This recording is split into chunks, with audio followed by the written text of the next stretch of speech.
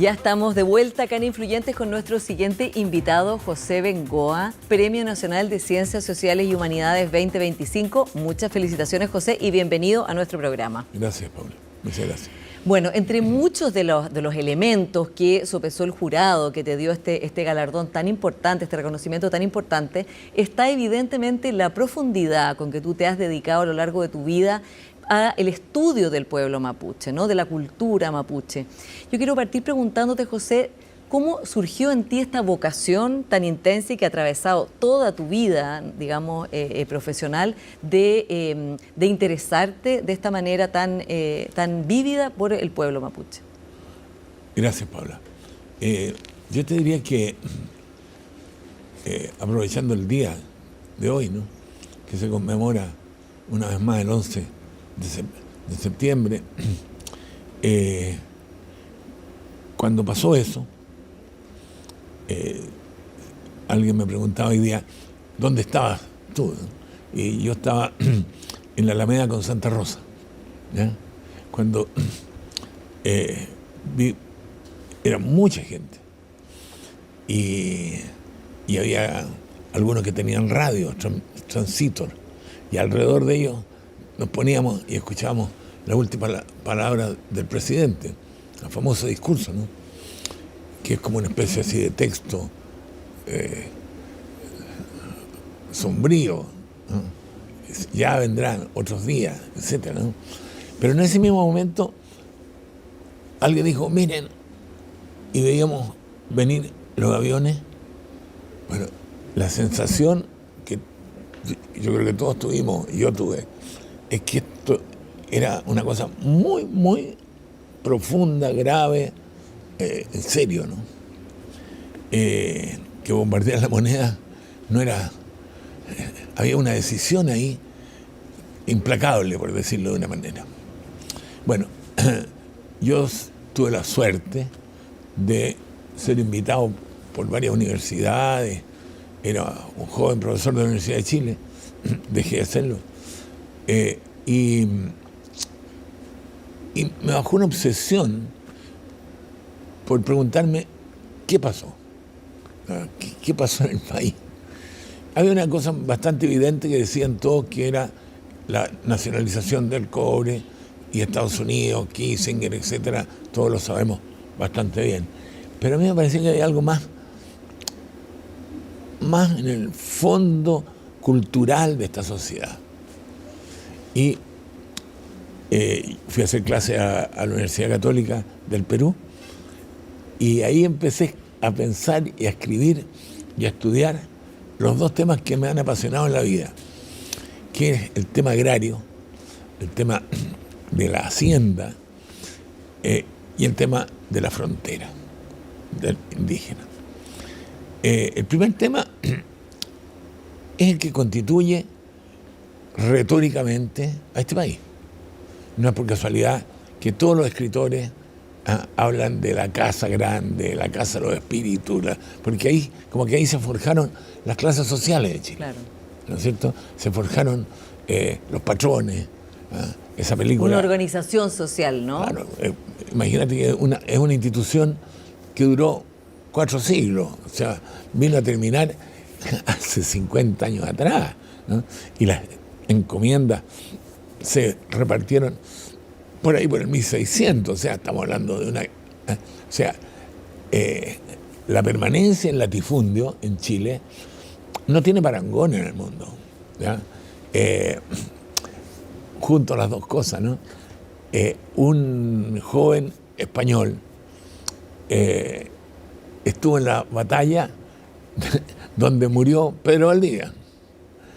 Ese se vino a caballo, digo yo siempre, corriendo a Santiago, ¿ya? Y llegó, mataron al gobernador, ¿ya? Mataron a Pedro Valdivia. Y por hacer eso, le dieron una hacienda, una merced de tierra en Limache. Esa misma familia tuvo esa tierra hasta el 71. Claro. O sea, una estabilidad enorme. Entonces, sí, ahí hay un elemento que Sí, que te cautivó, por supuesto, para estudiarlo. Para estudiarlo, y por eso es que he escrito tanto sobre la hacienda y sobre la historia rural de Chile Y sobre Central. el tema de la frontera y de los mapuches te quería preguntar, José, una cosa. Tú no solo has escrito libros que son muy importantes sobre la cultura mapuche, sino que además tú participaste en la, digamos, en la génesis, en la idea de la primera ley indígena que se debatió desde el retorno a la democracia, ¿no? En el gobierno del presidente Elwin. O sea, además has sido muy activo y has participado además en otras comisiones ad hoc, digamos, similares a la Comisión de Nuevo Trato, que presidió, de hecho, el presidente Elwin después, tratando de encontrar un modo de ir solucionando todas digamos, lo que falta por hacer, las demandas que tiene el pueblo mapuche. Por lo tanto, te has involucrado también en la política.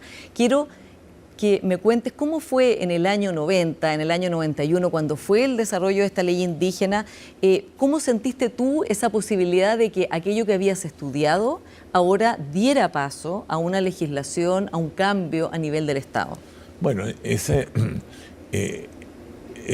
año se abrieron muchas posibilidades democráticas, algunas frustradas, otras no, etcétera. Entonces, el movimiento indígena de ese momento despertó muy fuertemente y diciendo, nosotros queremos ser parte de la democracia.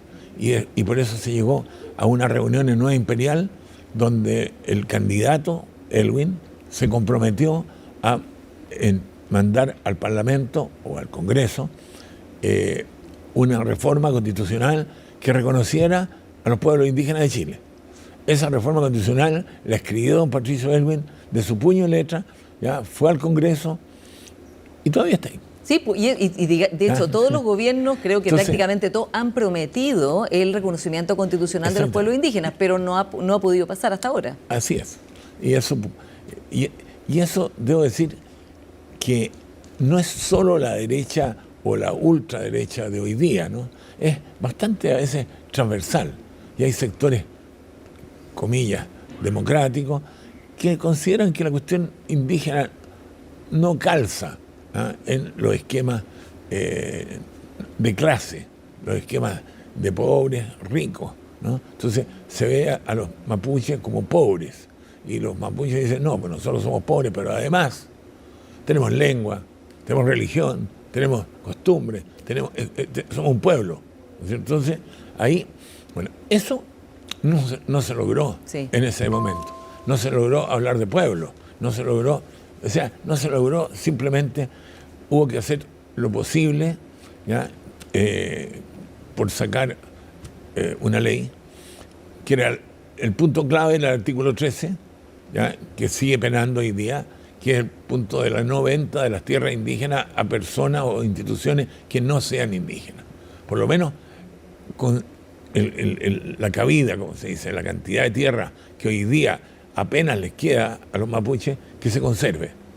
Entonces se planteó eso y se planteó un fondo de tierra indígena para que se pudieran comprar alguna tierra que se les había quitado, usurpado de forma evidente dentro de los títulos de merced. Entonces, José, y tú has dicho en algunas entrevistas que, claro, entre ese año 90, 91, los 30 años siguientes no pasó mucho, ¿no? Porque es como tú dices, estaba el tema del reconocimiento constitucional como uno de los temas simbólicos más importantes, pero que después por algunas distintas razones no se lograba. Ahora, después del estallido social y antes del primer proceso constitucional y durante, había una transversalidad bastante grande en la sociedad y también, yo diría, en muchos partidos y muchos políticos y políticas de, por lo menos, dar reconocimiento constitucional, entre otras materias, ¿no? O sea, estaba la idea de, había, como podríamos decir, un momento de un mayor espacio, una mayor convergencia. Yo creo que estaba en la calle, Paula. Ya, bueno, pero digo... No estaba... Si uno ve, José, lo que las personas declaraban, no sé, si estaban de acuerdo o no, los partidos políticos, el reconocimiento constitucional, por ejemplo, muchos partidos estaban de acuerdo con darlo. Ahora, ¿cómo ves tú, José, lo que pasó después en que un tema que en el cual había muchas posibilidades de avanzar, ¿no? Tenía muchas cantidades de reconocimientos de derechos para los pueblos indígenas en el primer proceso, muchas críticas también. De hecho, la plurinacionalidad fue uno de los temas que gatilló el rechazo, entre otros temas. Llegamos ahora a un momento en que esta semana hubo el debate presidencial, el tema mapuche ni siquiera es tema, ¿no? O sea, ha salido del debate y las personas tampoco lo identifican en las encuestas como un tema que consideren prioritario. ¿Cómo ves eso tú? ¿Crees que ahí hay lecciones que sacar de momentos en que se puede avanzar y que a lo mejor por ir por demasiadas cosas en un momento dado se termina volviendo a foja cero? Yo creo que aquí hay una combinación de memoria y olvido, invisibilización, por la palabra difícil, ¿no es cierto? Pero tratar de invisibilizar algunos problemas que mejor no verlo, ¿no es cierto?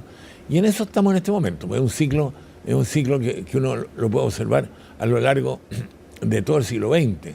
¿Ya? Piensa tú... como el péndulo, José, que claro, se habla tanto, o sea, ahora el péndulo fue para el otro lado. Por ejemplo, con el Frente Popular, ¿ya?, de Pedro Aguirre Cerda, se formaron 2 comisiones. Eso lo tengo escrito por ahí, que se puede ver. Una comisión en el Ministerio del Interior, que era para darle derecho de sindicalizarse a los campesinos, ¿ya?, a los de la hacienda, de los que hablaba antes. Y la segunda, restituir las tierras de los títulos de merced sin pago alguno. Eso está ocurriendo en el año 40 y había terminado de entregarse los títulos de merced en el año 27, o sea, 10 años después, ya la mitad de los títulos ya estaban usurpados, de los mismos títulos que el Estado le había entregado a las reducciones, porque se llaman reducciones porque se achicó el territorio, ¿no es cierto? Se le achicó un pedazo. De eso ya en ese momento había.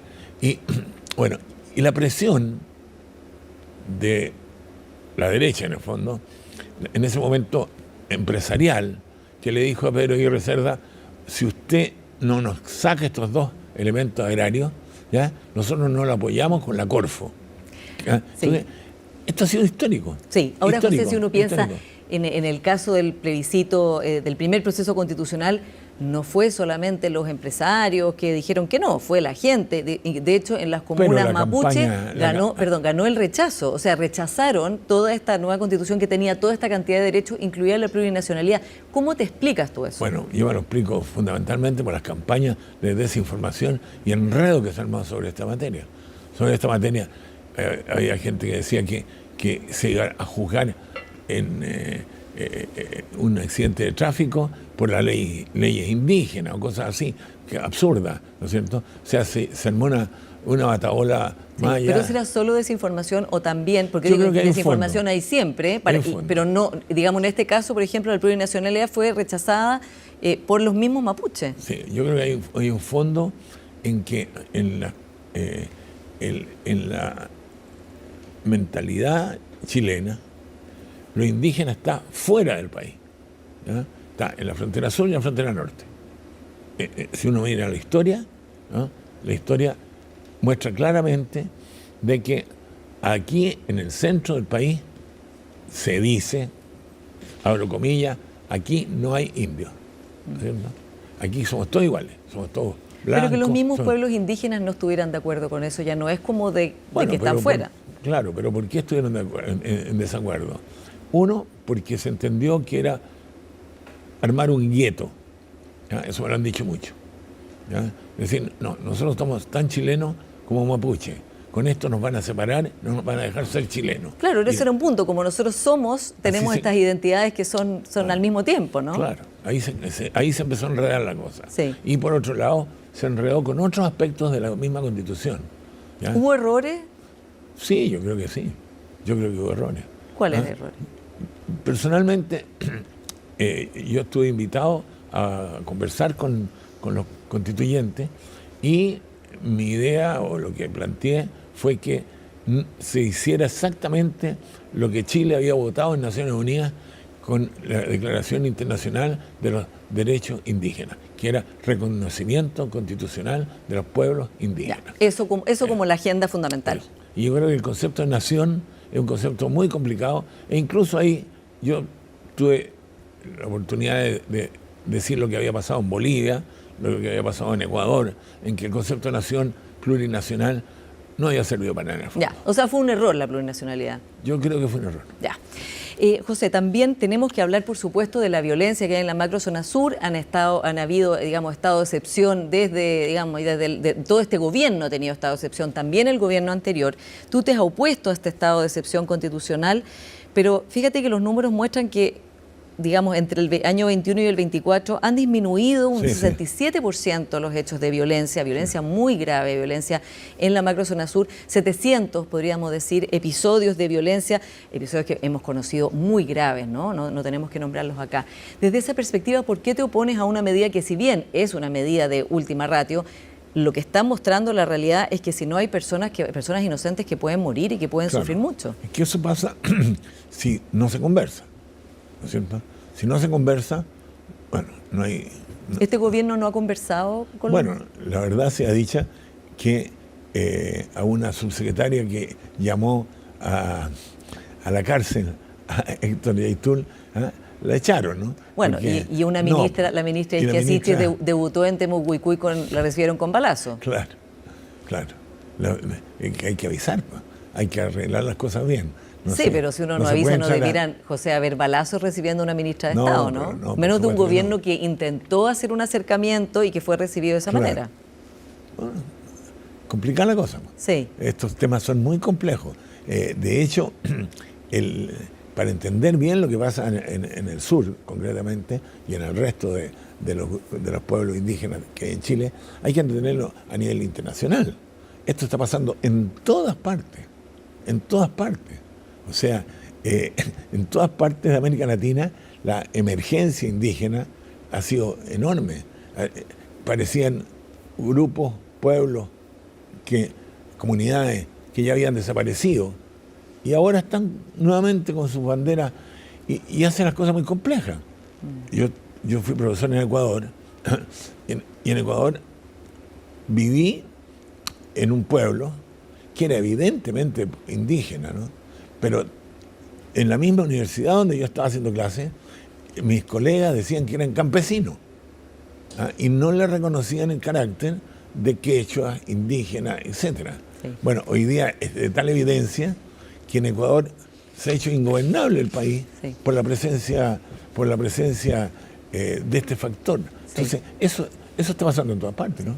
José, tú también escribiste un libro el año 2021 sobre el estallido social, se llama La comunidad sublevada, ¿no? En que tratas de analizar lo que pasó ahí y hablas mucho de la sensación de abuso que tiene la sociedad, un tema que también se discutió muchísimo durante el estallido y después, ¿no? Esta sensación de abuso en distintas instancias de la vida cotidiana y de la vida y la interacción con el Estado. Desde esa lógica, ¿cómo te hace sentido a ti o cómo te explicas que pasado todos estos años desde el estallido social, pasado este gobierno, hoy día quien lidere las encuestas sea José Antonio Kast, que tiene una propuesta radicalmente distinta, digamos, sería el gobierno más a la derecha que ha tenido Chile, y con una propuesta que es totalmente distinta a todas las banderas que se levantaron durante el estallido social? ¿Cómo se puede explicar eso? Sí, yo lo que hago ahí en ese libro es comparar lo que sería las teorías marxistas o de clase, ¿ya?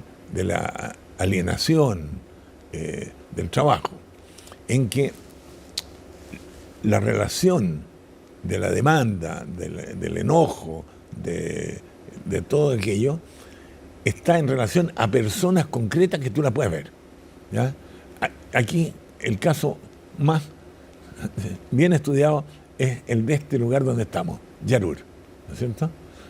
En Yarur, una de las primeras cosas que se hace es botar la estatua, ¿ya?, del dueño de la empresa, ¿no es cierto? Entonces, los sindicatos peleaban contra algo que estaba delante, físico incluso, ¿ya?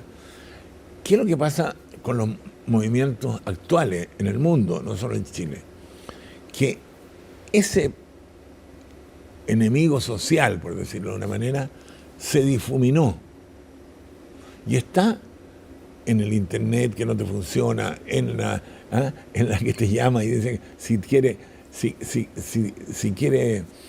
tal cosa, apriete 1, apriete 2 y después pip, pip, pip. Es decir, toda esa sensación que tiene mucha gente, mucha gente tiene una sensación de ser abusado. Sí. ¿Pero por quién? Por el Estado. Sí. ¿Y por qué esa gente que se siente abusada por el sistema o por el Estado está ahora votando por candidaturas como la de Trump, como la de Milei en Argentina? Candidaturas que son de una derecha populista radical, derecha radical, ultraderecha, como la llamemos, y no por la izquierda, que tradicionalmente apelaba al voto, bueno, de la clase trabajadora y de las personas que se sentían abusadas por el sistema. Claro, ahí viene un problema ya que se me escapa a mis estudios, ¿no? O sea, hay una hay grupos o personas que creen saber solucionarlo todo de inmediato, ¿ya? Aquí pasamos al tema mapuche de nuevo, ¿no? Cuando yo escucho solución, ¿cuál es la solución? La solución muchas veces es acabar con el tema, Entonces, en la mentalidad ingenua, pero no tan ingenua, porque esto hemos sabido que está manejada en las bambalinas, ¿no es cierto?, por estos especialistas en manipular, ¿no? Entonces hay una cuestión ahí que no funciona, ¿no? Entonces eso hizo que 1 millón de personas o más salieran a la calle en esos días, ¿no es cierto?, pero que ahí no quedara ninguna estructura organizativa, ¿no? Porque estas cosas son así. Y en Francia pasa lo mismo, y en otros lados, en muchas partes del mundo pasa lo mismo en estas situaciones de desarrollo fragmentado, de intermedio, ¿ya?, de modernidad parcial, pero que no funciona bien, ¿no es cierto?, que se retrotrae a cuestiones muy tradicionales de la hacienda, del patriarcado, de la hacienda, de todo eso, ¿no? José, es un momento complejo. Un momento muy, muy desafiante. Se nos va acabando el tiempo, pero justamente de momentos desafiantes en el mundo, ¿no?, con todo lo que estamos viviendo, un cambio geopolítico enorme, una disrupción tecnológica, la inteligencia artificial que está cambiando la manera como se trabaja, la manera como se estudia, ¿no? ¿Qué te gustaría a ti que fuera relevante en la sociedad chilena sobre las humanidades? Y te lo pregunto también, José, porque hoy día hay un debate, ¿no?, entre que si frente a este mundo cambiante, incierto, con esta disrupción tecnológica, las universidades, el conocimiento, debieran dedicarse, orientarse hacia las carreras científicas, para un país como Chile, o a el fortalecimiento de las humanidades. Y hay todo un debate en torno a ello. Tú eres el nuevo Premio Nacional de Humanidades, por lo tanto, sé que vas a abogar por las humanidades, pero ¿por qué es importante en un momento, especialmente en lo tecnológico tan desafiante, que las humanidades prevalezcan? Yo te agradezco este tema porque si algo me ha importado que me diesen este premio es para abogar por la restitución en el sistema educacional de algunos elementos que son, a mi modo, fundamentales. Filosofía, ¿ya? El hecho de que no hayan, lo decía en forma irónica, ¿no?, pero no tan irónica, que los muchachos no sepan cuál es el mito de la caverna de Platón, que no tengan ni idea de aquello, ¿ya?, o no se pasa en clase, ¿ya? Bueno, eso ya es una manera de tontificar a las personas. O sea, no darse cuenta que ya hace miles de años había un señor en Grecia que decía, mire, la realidad es una ilusión, son sombras, es una cosa maravillosa como poesía y como sabiduría, ¿no? Uno, que no haya ningún curso de educación cívica. O sea, ¿qué le podemos pedir a los cabros si no saben para qué se eligen los diputados, los regidores, le iba a decir, los gobernadores, los gobernadores, etcétera? No hay, se olvidó eso. Y en historia pasa un poco lo mismo, ¿ya? Yo lo conversaba con algunas personas de que, por ejemplo, los libros míos, los libros de Gabriel, Salazar, en los colegios de plata, en el San George, ¿ya? Me consta, los leen los cabros, los libros. En el San George me han pedido permiso para reproducirlo, ¿ya? O sea, en la educación de más alto clase social, ¿ya? Se ve que la historia tienen que renovarla, pero no en los liceos, que enseñan una historia fome, aburrida, de fechas, de batallas, de presidentes, etcétera, sin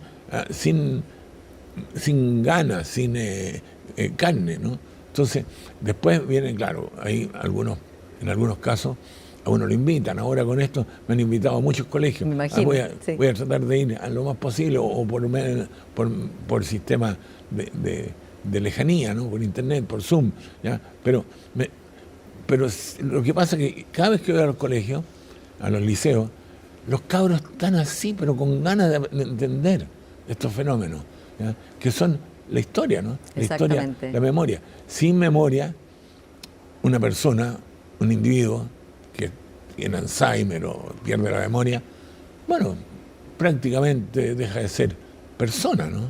Deja de tener alma, ¿ya? Y las sociedades pasa lo mismo. Las sociedades, ¿no es cierto?, sin esto, bueno, son zombies. Son un conjunto de zombies manipulables, ¿ya? Se les mete cualquier tontera en la cabeza, ¿ya? Etc. Entonces, yo creo que si algo puede servir que me hayan dado este premio de Humanidades es que haga un esfuerzo grande. Ojalá que los que vengan en el Ministerio de Educación hagan un esfuerzo grande por meter filosofía, meter educación cívica, historia, geografía. O sea, son cuestiones básicas. Mientras más inteligencia artificial, más se requiere pensar, más se requiere ética, más se requiere, ¿no es cierto?, ese tipo de cosas. Que dan justamente las humanidades. José Bengoa, muchas gracias por esta conversación. A ti, Paula. Gracias por invitarme. Y a ustedes, como siempre, muchas gracias por su sintonía y nos encontramos la próxima semana.